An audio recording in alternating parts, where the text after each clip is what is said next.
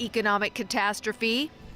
Syriza was quick to accuse Samaras of scaremongering. It insists it has no intention of leading Greece to bankruptcy. Its leader, Alexis Tsipras, said a vote for his party is a vote for hope. Tsipras vowed to negotiate wisely with international lenders over the terms of post-bailout cooperation. And he's toned down his rhetoric that Greece will leave the Eurozone if he comes to power. No matter how the election unfolds, creditors are adamant Athens must honor its bailout commitments. If it fails to do so, Greece could once again face default on its $269 billion bailout, plus its Eurozone membership would be threatened. In order to govern alone, Syriza needs to secure a minimum 151 seats in Greece's 300-member parliament. Polls also showed gains for the extreme right party, Golden Dawn, which is vying for third place. After spending nearly 40 years behind bars, a 70-year-old man was freed from prison in the United States after DNA proved he did not murder a mother and her daughter.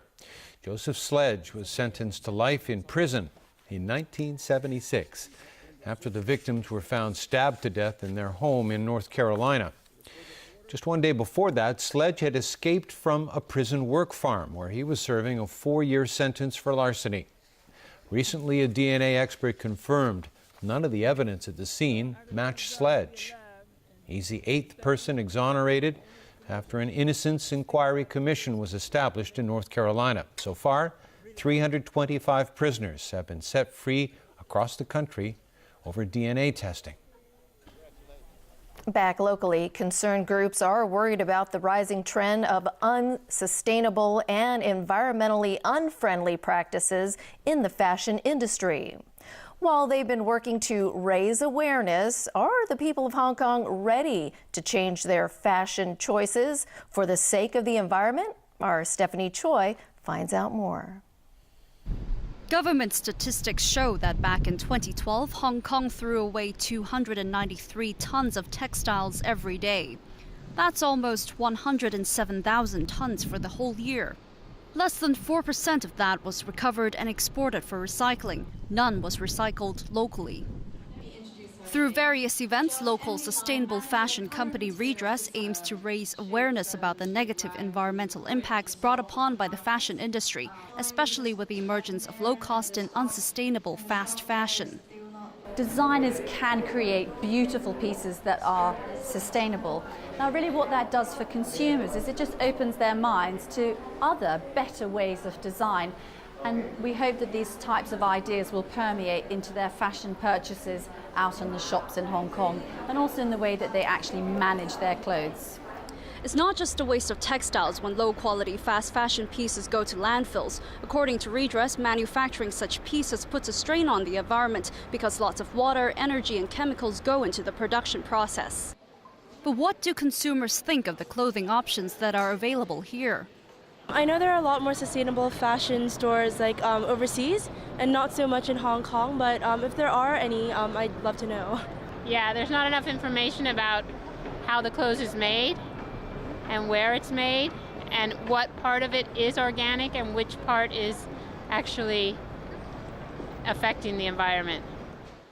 Fashion designers we spoke to describe sustainable fashion as a trend, but how long will it stay? Sustainability in the fashion industry really requires multi-stakeholder initiatives, and that can be from the government down to academia. And when it comes to the government, one thing that the NGO world would love to see is tighter regulations for suppliers so that fewer environmental violations can be done. So the winner is Team D.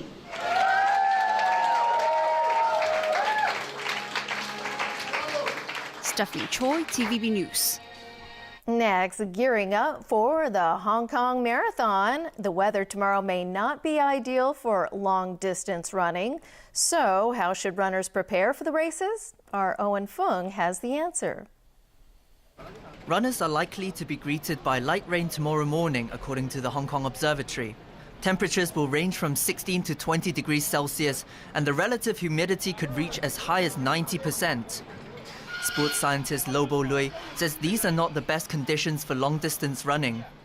And if the weather is rather hot and humid, that will affect the runner's performance, particularly maybe they have an increased higher chance to get fatigue. The risk of cramps will also increase by 10 to 20%, Lui adds. That's because the body won't be able to cool itself as efficiently under humid conditions. So how can runners protect themselves? The possible strategy maybe they have to control their own tempo, their rhythm, and the pacing, and to maintain a proper pacing throughout the whole marathon running. To make sure they're physically prepared, runners are also advised to have a decent breakfast and drink enough water beforehand. And a good night's sleep is essential, Loy says. Special traffic arrangements will be in place for the races. Runners taking part in the full marathon will start at Nathan Road in Tsim Sha Tsui. They'll make their way to Ting Ma Bridge before turning back to Hong Kong Island and ending at Victoria Park in Causeway Bay. Owen Fung, TVB News. And we are on pace for a whole host of sports today, right, Chris? Yeah, and some more sport where heat is a factor. Top seed Novak Djokovic is in the fourth round of the Australian Open thanks to a straight sets victory over Fernando Verdasco. Also advancing are the Williams sisters, but as Alan Booknier reports, both had lackluster starts before putting it together. Serena Williams was sluggish in her start against Alina Svitolina, dropping the first set 4-6 in the third round match. She came back strong after that and handily won the next two sets 6-2, 6-love. She'll next meet Garbine Muguruza, who beat her last year in the second round of the French Open. Meanwhile, Venus Williams flirted with disaster, dropping her first set against Camila Giorgi 4-6 and was 2 points from elimination before taking the second set 7-6 and cruising to a 6-1 win in the third set. The Italian contributed to her own demise with 16 double faults. Sixth seed Agnieszka Radwanska also advanced, moving to the fourth round with a 6-love 7-5 dispatch of Varvara Lepchenko. On the men's side, defending champion Stan Wawrinka cruised to his third straight sets victory. He had service breaks to clinch all three sets on his way to a 6-4, 6-2, 6-4 win over Jarkko Nieminen. Alan Booknier, TVB News. Fourth-tier Cambridge held Manchester United to a draw in the fourth round of the FA Cup. It was another poor outing by Louis van Gaal's side against lower league competition. Good defensive organization by Cambridge held off the visitors, and both Radamel Falcao and Robin van Persie missed good chances in the second half. 0-0 the final. In the baseball world is tonight mourning the passing of Mr. Cub. Ernie Banks was 83. The longtime shortstop of the Chicago Cubs and Hall of Famer hit 512 home runs in a stellar career. He was a two-time most valuable player in the National League and an 11-time All-Star, playing for a team known more for its futility than success. Cubs fans voted him the best player in franchise history. Banks was playing for the Kansas City Monarchs of the Negro Leagues when the Cubs discovered him in 1953. He retired in 1971. In golf, Matt Kuchar maintained red-hot form to grab the lead after the second round of the Humana Challenge in California. Kuchar mixed 7 birdies with 1 bogey and sits at 15 under over 2 days, and that's good for a one-stroke lead. First-round leader Michael Putnam is second after carding a 67, and he's tied with Bill Haas, who shot a 63. Round of the day went to Ryan Palmer, who shot an 11 under 61. Palmer had 2 eagles and 6 birdies in an 8-hole run, matching the longest eagle birdie streak in PGA Tour history. And that is a wrap of our news. Enjoy the rest of your weekend, everyone. Good night.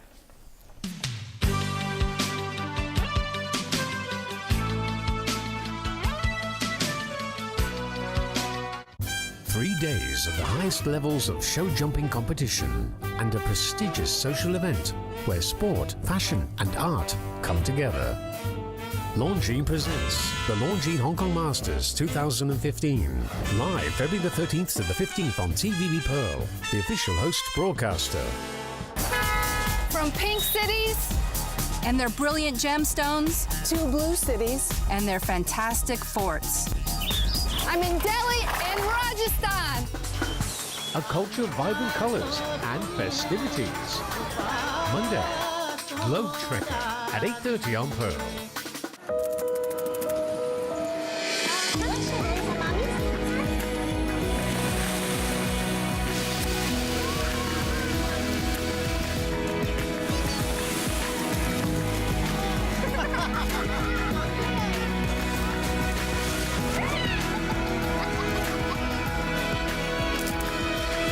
When you travel well, you come closer together.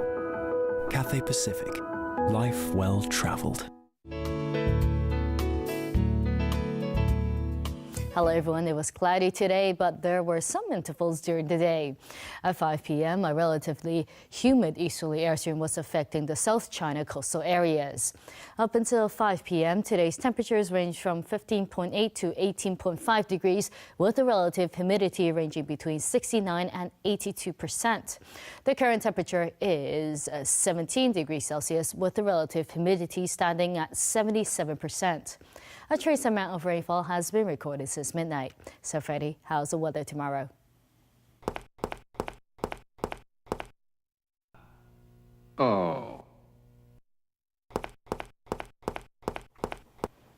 Mainly cloudy, 1 or 2 light rain patches tonight and tomorrow morning. There will be sunny intervals during the day tomorrow.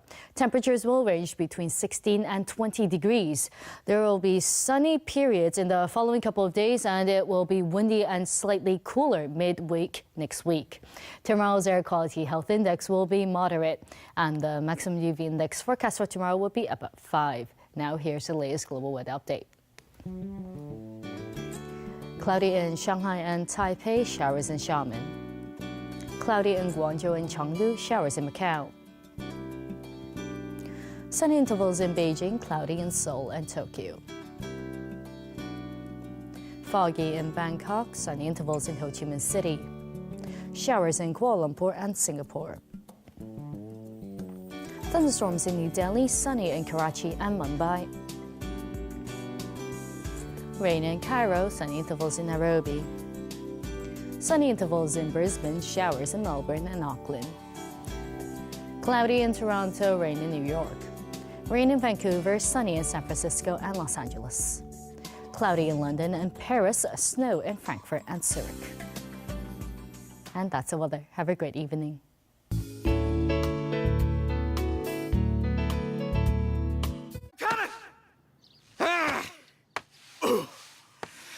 Stairs. Tai Lung has broken out of prison. Our only hope is the Dragon Warrior. The panda. We're dead. What are you gonna do? Sit on me? Don't tempt me. Get ready to feel the thunder!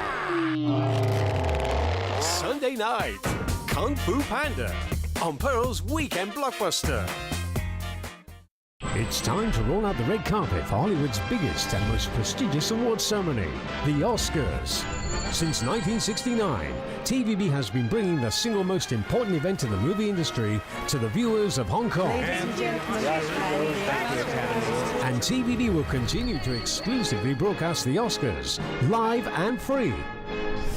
This February, Puyi Optical celebrates the Oscars on Pearl.